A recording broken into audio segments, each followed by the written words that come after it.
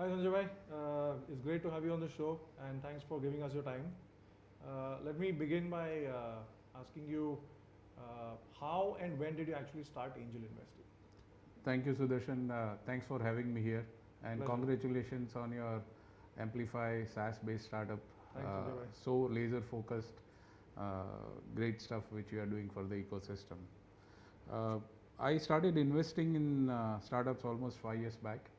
Uh, uh, it was a coincidence that this thing happened across. I was always investing with a passive mindset in private equity as an LP, and then had an fortunate chance to hit upon Harish Bhai at NASCOM, and he was talking about Indian Angel Network, and that's where I started my journey with Indian Angel Network. So 5 years ago you joined as an angel, Okay. and the whole focus was saying that how do I play an active role in terms Right. of working with startups, evaluating rather than just doing a passive Right. investment. So do you invest primarily through angel networks or are you generally investing on your own and you lead investments? Right now, I would lead investments, Okay. and that's where my focus is. But if I were to take my portfolio, I would say right now 70% is through angel network, Okay. 30% which I have led directly. Okay. And coming to your portfolio, can you briefly give us a sense of your portfolio? Which was the first or earliest deal? Which is your latest deal? What kind of startups constitute your portfolio currently? Personally, I've been a tech entrepreneur, so understand tech at the best. What I enjoy across is working with those entrepreneurs where you can help them grow and move ahead with business, and not just by investing dumb money. Right. So it's more of smart money, capital which is having an accelerated value creation. Got it. That's where I focus upon. Startup first which I had invested was in a SaaS-based company. Okay. I would say PaaS. It was a platform as a service through IN, Okay. and they have been steady. It didn't grew as it was expected, but the promoter has been hustler, so have survived through the roller coaster rides, and now I think it would be the right time where they would be able to go to Series A. Fortunately, through an angel network, the whole thesis is saying that how do you do cumulative investing, where we create that intelligence with a pool of people, and everybody backs each other. So somewhere you are lead, rest of the guys will follow, and if you believe into those lead investors which are other in the network, you follow as an investor. So it's like sharing the burden and trying to value the opportunity together. So the last after that I had multiple angel networks starting from Mumbai Angel to Venture Nursery to CIO Angel Network, Let's Venture. So most of it, including Amplify, I've been evaluating deals. So I mean, for me, wherever deal comes from, right? So finding the right deal. The last recent deal which I'm leading across is in health tech. Okay. Got it. And is there any particular thesis? How do you pick your companies? From an angel perspective side of it, if I were to look into it, I would look into three specific answers. One, is there money to be made? Which means that is the market size big enough? Does this have a rapidly growing market size? What's the opportunity like? Right? What problem statement they are solving? So is there money to be made? Next, I would look upon, are these people who can make me money? Which means that are these founders trustworthy? Do they have the required domain expertise, skills to do whatever is required across? And third, how much money I can make, which means the execution, the deal terms. So if I get these three positives, then typically I will get into a deal. So in a nutshell, first, is there money to be made? Are these people who can make me money? And how much money I can make? And you mentioned domain expertise. What if the team is very strong? The idea, the need identification is well thought of, the solution or the business model is well thought of, but they don't have domain expertise. Would you still invest? That would be a big gap unless they fill up with right board of advisors. Got it. I would not get into it. Got it. If this is more of a tech play, yes, you would get into it. Sure. But if this requires a deep domain knowledge, for example, quite a lot of just out of college kids created apps and trying to raise funds and what problem they are solving, right? If the problem is very rudimentary, mundane, you don't want to invest into those kind of startup. Yeah, makes sense. So would you say your portfolio has an equal mix of consumer and B2B? I would say it is tilted towards B2B tech. Okay. Having said that, I've invested in semiconductor, medical device, pharma, QSR. In fact, one of my leading portfolio company called Boxaid is doing very well. Yes. It's almost now 1,000 people plus company. Wow. I mean, I wrote the first check and it's been growing great. Nice. So, what are the few things that make you say yes to a startup? I know you sort of touched upon it, but is there anything else in the pitch, during the pitch, or about the entrepreneur that is a definite yes for you when they pitch to you? I think first is if I see that X factor in that entrepreneur, he's a great communicator, because at the end of the day, entrepreneurs need to communicate at every point and level.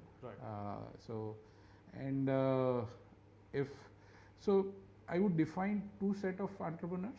One which is extremely IP driven, where their technical skills or IP is more valuable than the founder itself. So you would have to identify basis on what kind of IP they have built across, what unfair advantage it has. And second is you go and say yes to a maverick. And conversely, what are the few things that make you say no? So let's say if it's an incomplete team, I would not invest. So many times founders say that if you fund, I will get a co-founder. That's like, unless you have got a complete team, if you can't sell your story to a founder, then for me to invest, this becomes a no. If the entrepreneur is there to create income with investor money, then it's a no. You would like to have entrepreneur skin in the game. Their focus should be creating wealth. So we see that part of it. On the business plan, we clearly see across how well thought through they've been through their complete business plan. Have they lived every month on month for next 3 years, 5 years? What's their horizon, right? Sometimes you ask a question saying that, let's assume we invested a 1 million, 2 million valuation, and within a year you are getting 8-10 million exit offer. Would you take it? And many times entrepreneur will say, even if I get 15-20 crore, I'd be happy taking across that kind of exit. So if there is no hunger for investment or hunger for that growth, then chances of me making money will be very less. So you need to find entrepreneurs who are not going to throw in towel very quickly, run away through situations, and they are there for a long haul. Sure, yeah, makes sense. Have you ever rejected a company for the first time, but later gone back and wrote them a check? I have not been fortunate enough to do that. Where I rejected but there were quite a lot of deals which I was evaluating and somebody else offered a term sheet. And there are places where I've offered a term sheet and they've shopped around. So and that's how this world works across. So I feel very bad about the deals which I've lost. And sometimes I find it really funny that VCs, and especially this was in 20-15 times where VCs were started writing 250K and 500K checks. That's like a big no, right? That's not the space where VC works into. Right. And when I talk to entrepreneurs, I tell them saying that, go through a standard fundraising curve rather than jumping while VC funding sounds glamorous. Right. You're locked to that VC. If he doesn't do the next round, you are screwed up. That's true. So idea is you go through angel, you get next options to choose, work across, and grow. I completely agree. And any deal that you lost, you missed, you wished you were part of it?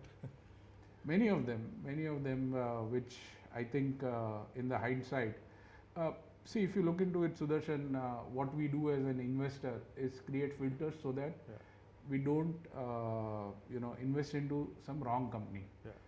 But winners are created by markets. It's not we as an angel or an investor. Even VCs don't create it. That's absolutely. The market typically creates those winners. So very difficult for us to preempt saying that this one which I'll invest will be so what I always tell all my fellow investors also, saying that at least have a 20 company portfolio. If you don't have a vision of a 20 company, then investing in one or two, it's like picking a lottery. That's right.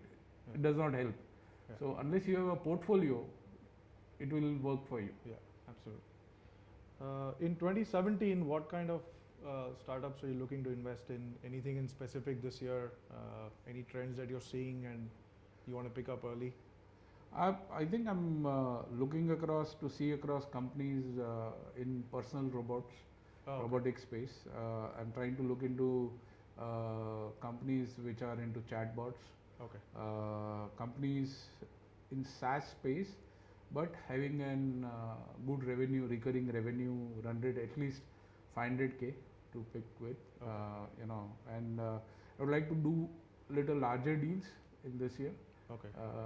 So my focus is purely going to be specific, while the sectors are interesting, specific to funding the right teams. And when you mean larger checks, are you now sort of starting to compete with the very early stage micro VCs writing 250, 300K checks? No, so the way I'm looking across is to get into somewhere on Series A or Series B rounds. Personally trying to build those syndicates, lead those rounds, while my checks would be still small in comparison to the total round. While I have got a good amount of family offices whom I started working, and they would like to write larger checks. But you would try and identify the startups. Right. Maybe so even discovery of price, valuation, creating term sheet, DD, all that whole process would be taken care and as a lead investor by me. Got it. So you're looking at, let's say, AI and SaaS this year primarily. Right. AI. So for my sake, cognitive science, AI, big data.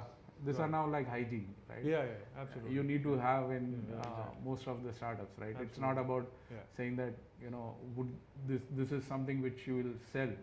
It has to be there. It has to be there. Sure. Yeah, I think it's become mandatory now. So post angel funding, I think you touched upon an important point, which is exits, right? Post angel funding, do you think there is enough vertical integration at every step of the funding ladder? Because somewhere I see the seed round, or let's say the 250 to 300K round, is the valley of death in India. You are able to raise 50 lakhs, 25 to 50, maybe 1 crore, but I think the 250, 300, 400K rounds, personally I'm seeing dearth of capital over there. And then after maybe Series B, there's again a drop in funding. So do you see a vertical integration happening, like in the US, it's one straightforward route. You start with an angel and you're right away to IPO. I don't think so. US also has got that straight line. Yeah, sure. But I mean, at least there's opportunities are there, and you can do that. Yeah. What I see across from an Indian perspective for founders is one, they lack a lot of financial discipline. they equate funding as success. Right. While funding is just their starting point to help them achieve what they were set out to, or accelerate that process. But that's not going to define success or failure. Yeah. Success or failure is going to be defined by the business what they will create. Yeah. Most of the entrepreneurs which are coming across even for pitching, they pitch products, not business. So there's a huge amount of challenges with most of the entrepreneurs which we have. Okay. So none of them, so even the incubators which I'm seeing across, they discuss across anything on the business model. Now for example, I talk to any of the entrepreneurs, this is one clear cut saying that how do you price your product or service? Correct. And they come out with very vague answers. Right? How did they arrive? Because somebody is pricing this, that's why we price this, or we want to give away free. There's no substantial science or efforts put into it. Pricing is one of the key aspects which makes and breaks the business. Now, unless you spend time on defining how your products are going to be, how price, what value, what positioning, what brand, end of the day customers are not going to buy that. So it is very important how are you going to put all this business model, go to market perspective into it. So why I'm sharing this insight is the money what you said of 250k to 500k or 100k even, this money is not small. Yeah. It's fairly reasonable money for somebody to prove their model. Yeah. Today you get technology at cheapest of the cost or zero even. Yeah. And there are tons of Microsoft, IBM, Amazons of the where technology is available on tap. Yeah. You don't have to build large infrastructure. Now what you need is a rockstar tech team. If those technology team is outsourcing things, that's where the cost starts piling up. Next, their whole focus is saying that how do I buy customers rather than creating products or creating that virality. Right. I've seen across, if you got the right products, going across into the market, creating the right distribution network works well. I mean, the recent success story, if I have to tell you, which is in non-tech, in the viral, is a small candy called Pulse. Okay. 100 crore brand created on viral, no advertisement. Wow. In a candy which is going to be sold in few paise. Wow. Right? So idea is today consumers lap products, the virality kicks in. It's so how does that hacks are going to happen with those entrepreneurs is something which we need to tell them. They think throwing money to the problems is a solution. Yeah. And maybe we as an investors are culprit to that. Sure. But I think whenever I join any of the startups or work with them as a lead investor, I ensure the frugality comes first. Yeah. And throwing money to the problems is not the solution is my primary advice. Got it. That's good. And I remember an article you had written recently about exits for angel investors. What do you see in terms of, let's say, what can an angel expect today in India, in the Indian scenario? What time frame can you look at exits? What kind of exits?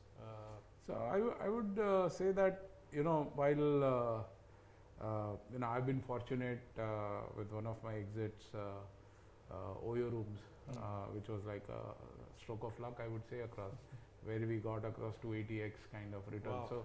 So those numbers are also possible, but fairly I would say across best exits are VC exits. Okay. Where if there is a financial buyer who is going to be interested, the valuations are fairly aggressive. If we are able to get those kind of exits, those are the best exits. Right. Next would be the corporate exits where corporates are going to acquire it, where you can expect across anywhere around 5x to 20x kind of returns. And the last one is acquire, where at least you get your capital back. Right. So typically financial, corporate or acquire exits, these are the three options and opportunities available.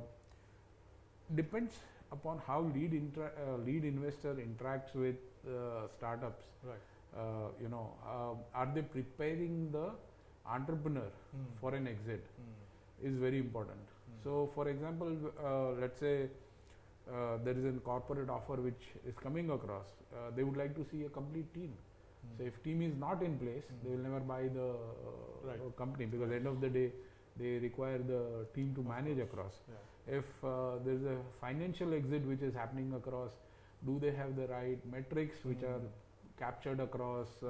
Is the growth momentum really managed in a right way? So it's not saying that you wait for an event to happen. It's for the lead investor to make the event happen. Right. So what I would do across as a lead investor is start exposing one by one my portfolio companies to each of the VCs, keep them abreast about what's happening, continuously engage with VCs at various levels, see what are their interests, what are they looking into, and in parallel try to engage across with corporates to ensure that if financial exits are not possible, then at least you get the right value from the corporates. So, I would say across, investment is not about writing check. Yeah. Investment is about getting a check in return. Yeah. If you are able to get a check with returns, that's investment. Yeah, that's writing check is easy. Very well said. I think that's that frames it up in one sentence. Yeah. Very nice. Finally, what is the advice you give to your founders and maybe others that you meet, both in terms of creating value from their business, how should they go about it, as well as approaching this whole fundraising process, which today seems to be have become a critical part of doing business? While it may sound very cliche, I would repeat across, the fundamentals of business have not changed. So respect money. If you don't respect money, very soon you will be having no money. Chase customers, not investors. Yeah. If you chase customers, investors will chase you. Yeah. Finally, from an investor side of it, I would always prefer founders over market, and I would prefer disruption over differentiation. Okay. So if you are doing anything which is incremental innovation, or saying that I am doing 5%, 10%, 20% better, it doesn't excite me. If there is something which is really disruptive, which can happen across, I'm sure everybody, you will have enough and more money chasing you. Okay, got it. Okay, thanks Sanjay bhai. Fantastic. Pleasure. I'm sure a lot of our viewers would take back many takeaways from this. Sure.